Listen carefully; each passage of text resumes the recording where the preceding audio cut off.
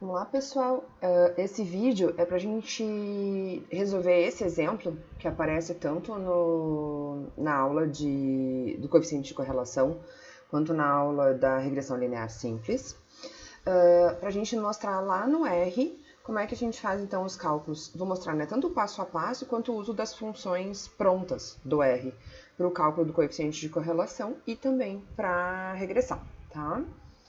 Então, vamos lá no R. Primeira coisa que a gente fez aqui, né, foi colocar os nossos dados, o X, que são os meses, e o Y, só voltando aqui, né, o Y, que é o rendimento. X, então, são os meses após a regulagem, né, um cálculo que foi feito uma regulagem, a gente quer ver, então, o quanto esse rendimento vai se degradando à medida que passa o tempo, né. Então, o Y é o rendimento do combustível, tá? Então, tá aqui as nossas variáveis X e Y. Primeira coisa, gente, a gente viu então que um dos pressupostos para utilizar tanto a correlação quanto a regressão, que são métodos paramétricos, assim como a gente já tinha visto lá nos testes de hipóteses, nas outras aulas, as duas variáveis, no caso aqui x e y, tem que ter distribuição normal. Então, o que eu apresento aqui são os resultados dos testes de normalidade, aqui o Chapter-Wilk, né? Então, aqui a gente tem aceita a normalidade para a variável x, e aqui também aceita a normalidade para a variável y, ok? O gráfico, lembra que a gente mostrou lá o gráfico, né? Tá aqui, né? X meses, Y rendimento do combustível, e a gente vê que à medida que vão passando os meses após a regulagem, vai decaindo esse rendimento, certo? Bom, depois disso, então, né, depois que a gente vê qual é o comportamento, né, de relacionamento entre essas duas variáveis, então depois que a gente faz o gráfico, a próxima etapa é a gente querer medir esse relacionamento. Então, nós vamos calcular o coeficiente de correlação. Então, a gente viu que a gente precisa do somatório dos x, somatório dos x ao quadrado, do y, dos y ao quadrado e dos produtos x, y. Né? Então, tá aqui as nossas medidas, ó. Né? 78, 650, 110,7, 1039,55 e 673,1. Então, isso está lá nos nossos slides, né? E eu vou precisar do N para calcular as três medidas, né? Aqui o S de XX, o S de YY e o S de XY, que aparecem aqui no cálculo do coeficiente de correlação, tá? Só dar uns passinhos aqui, ó, para a gente relembrar da fórmula, ó. Tá aqui a fórmula do coeficiente de correlação, né? Então, foi esse passo a passo que eu botei ali como cálculos na mão, né? Então, a gente vai calcular essas três medidas, né? Então, ali os valores aparecem aqui, ó. 143, 18,34 e menos 46,45, né? Então, a gente já tinha calculado isso lá nos slides, né? No cálculo à mão, aqui usando, então, o R como uma calculadora, né? Ainda não usando funções para o cálculo do coeficiente de correlação. E aqui, então, calculando o R menos 0,97. Lembram que era esse valor que a gente tinha lá? Arredondando, né? Tá aqui o nosso valor, então, para o coeficiente de correlação. Uma correlação forte e negativa, inversa, né? Entre as duas variáveis. Como a gente já tinha percebido aqui no gráfico, que à medida que aumenta, que vai passando os meses, vai diminuindo, né? Ó, diminuindo o rendimento do combustível. E aqui eu deixei prontinho também o cálculo do TEA, né? Lembra que a gente tinha lá, né, a estatística TEA, que tinha dado aqui, ó, menos 6,81809, né, arredondando. Aqui o valor tabelado para a gente comparar era 2,228, lembra? Tinha até a curvinha lá e a gente viu que o nosso, então, é um teste bilateral, né? A nossa H0 é ρ, né? Coeficiente de correlação populacional igual a 0, e hipótese alternativa é ρ diferente de 0. Então, eu tenho menos, né? Desenhando lá, né, a nossa teia, eu tenho menos 2,228 e mais 2,228. Então, o nosso valor aqui calculado passa, né, fica lá na cauda da esquerda, bem à esquerda. Por isso que a gente rejeitou H0. E a gente rejeita H0, a gente diz o quê? Que há uma relação significativa entre as duas variáveis, né? Aquele relacionamento inverso que a gente viu ali. Então, ele é significativo. E aqui, então, eu mostro como calcular o p-valor, usando, então, a probabilidade acumulada na distribuição T, com o nosso valor T calculado aqui, com N menos 2 graus de liberdade, e eu multiplico por 2, porque o teste é bilateral, tá? Então, tá aqui, ó, né, seria aqui 5 zeros, né, antes desse 4. Então, é bem significativo esse valor. E a gente vai ver que a nossa função é core.test. As variáveis x e y, nessa ordem, tá? Igualzinho lá no plot, tá? E aqui vai aparecer para nós tanto o valor do coeficiente de correlação, que a gente calculou aqui na mão, certo? Como o valor t, né, que também calculamos à mão aqui, e assim como o p-valor que calculamos aqui agora, tá? Então, calculando ali a correlação, tá aqui o nosso resultado, ó. O nosso valor t calculado, ó, os graus de liberdade, né, que é n menos 2, e tá aqui o nosso p-valor, né? Então, a nossa decisão é de que a verdadeira correlação não é igual a zero, né? Porque a nossa hipótese alternativa diz isso. E a gente rejeita H0 com esse p-valor bem pequenininho.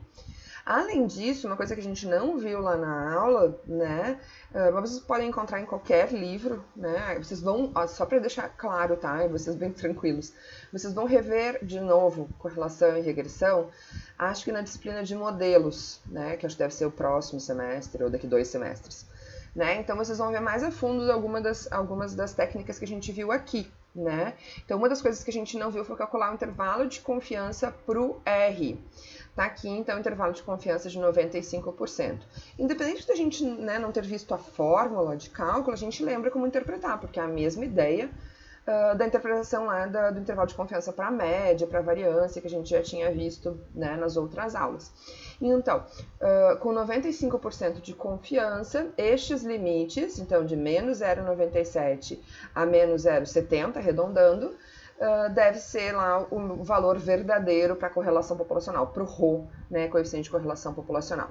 E está aqui o R, né, que é o nosso coeficiente de correlação amostral, que a gente tinha calculado aqui, ó, fazendo à mão, certo?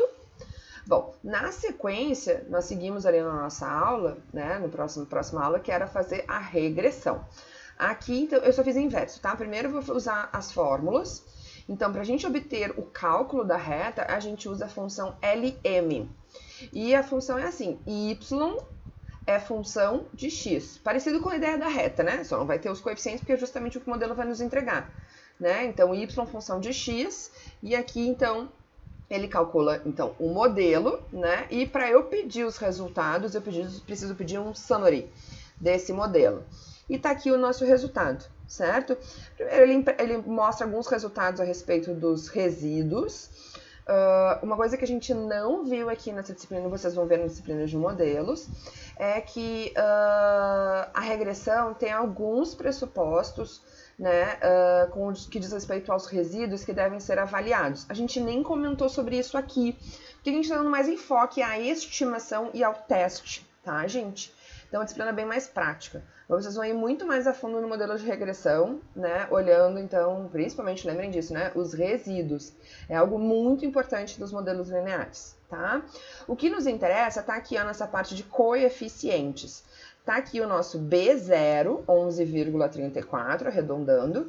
E tá aqui o nosso B1, menos 0,325, arredondando, né? 325, tá? Daqui sai a nossa reta, ok? Os dois valores altamente significativos, né? Então, tá aqui o nosso teste de hipóteses, né, para esses dois coeficientes. Também vimos, né? Eu acho que nos slides eu me atentei mais ao teste pro beta 1, né?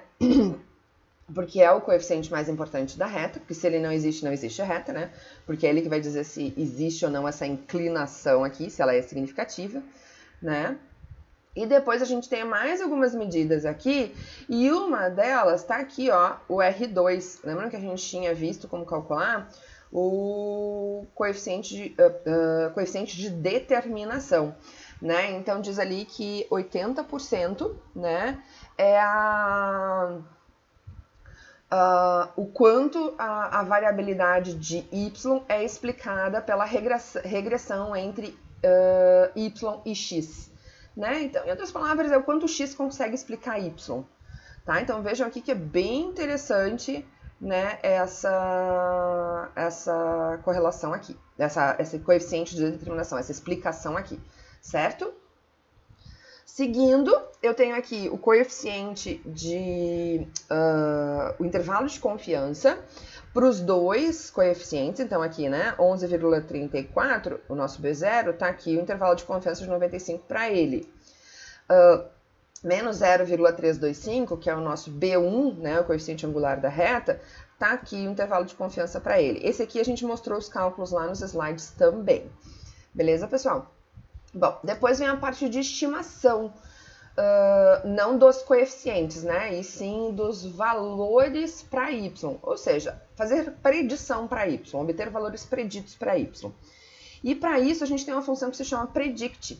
É muito simples, é simplesmente pedir predict do modelo. Ele vai usar um modelo e para cada valor x e y que eu observei lá nos meus dados, ele vai dar o valor com base na reta que a gente obteve, nessa reta aqui, que valor eu espero para y, tá? Bem interessante, vou mostrar isso para vocês então aqui.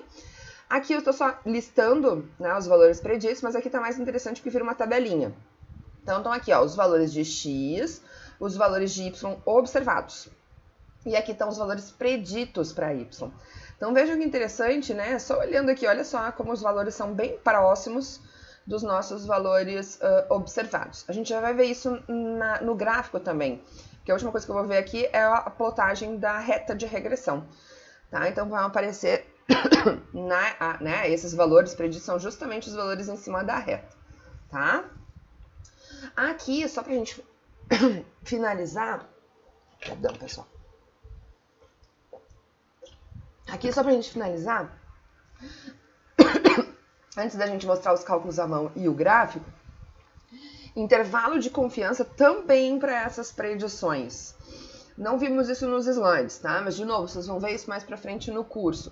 Então, estão aqui, ó, os valores preditos, né? Que eu já tinha mostrado aqui antes, né? E agora, o quanto que eu espero, o limite inferior e o limite superior para cada uma dessas medidas, né? Vejam que interessante, para cada uma dessas observações, tá? Vejam que interessante. Bom, aqui, então, para a gente ter isso completinho, eu calculei também aqui o B1 e o B0, que a gente já sabe quanto é que é, né? Tá aqui no nosso resultado aqui em cima, ó. Esses dois valores, B0 e B1, eu vou calcular à mão. E aí eu preciso do x barra, que é a soma dos x dividido por n, né? Tá lá, cadê o nosso x barra? 6,5. E o nosso y barra. Então tá aqui o nosso y barra 9,225. X barra, y barra. Preciso porque eles aparecem no cálculo para o B0. O cálculo para o B1 usa aquelas medidas lá do coeficiente de correlação. O S de XY dividido pelo S de XX, tá? Tá lá o nosso B1, ó. Menos 0,325, exatamente o valor que a gente teve lá usando a função. O B0, tá ali o nosso B0, ó, 11,336, tá? E por fim, o gráfico, esse mesmo gráfico que eu tenho aqui, né? Só para pedir ele aqui de novo, só para mostrar para vocês, né? Parece que não mudou, né? É o mesmo gráfico. E nós vamos agora botar a reta de regressão.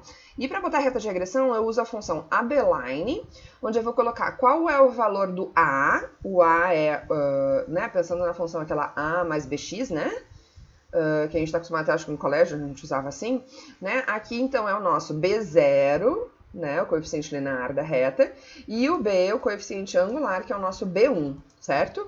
Então, se eu botar isso aqui, ó, tá lá a nossa reta de regressão. Olha que bonitinho, coisa mais linda, né, gente? E só para fechar, né, o coeficiente de correlação de Spearman, que é o coeficiente de correlação não paramétrico, a gente viu no R lá no vídeo, tá? Mas só para deixar aqui, né, vamos dizer assim, um completaço, eu rodei ele para os mesmos dados, só para chamar atenção, é só um exercício, porque de fato a gente testou normalidade para x e testou normalidade para y e foi aceito. Então não faz sentido eu usar correlação de Spearman, já que a correlação de Pearson ela é mais poderosa, né? Porque a gente usa os valores observados de x e y. A correlação linear de Pearson, né? A coeficiente de correlação linear de Pearson. E o de Spearman a gente troca por postos, né? Então ele é sempre menos poderoso. É a mesma função, gente, ó, core.test, vou só voltar lá atrás, ó, é a mesma função. Eu só vou colocar mais um argumento aqui trocando o método, porque o padrão é o coeficiente de correlação. Então, se eu quiser um outro coeficiente de correlação, eu preciso botar aqui em método e dizer qual é o coeficiente, certo? Bem simples. E aí ele me entrega ali o coeficiente de correlação de Spearman, nosso RS, né, que a gente chamou. Tá? Tem um teste aqui, eu não vou nem chamar a atenção porque a gente não estaria usando isso na prática, né? Na prática, o coeficiente de correlação de Pearson é melhor, tá? Mas só para mostrar para vocês aqui, para a gente ter um problema completo. Aqui a gente tem empates, né? Tem alguns valores repetidos, então eu não tenho o valor exato, né? Eu consigo o valor aproximado aqui para o nosso p-valor, ok? E é isso então, pessoal.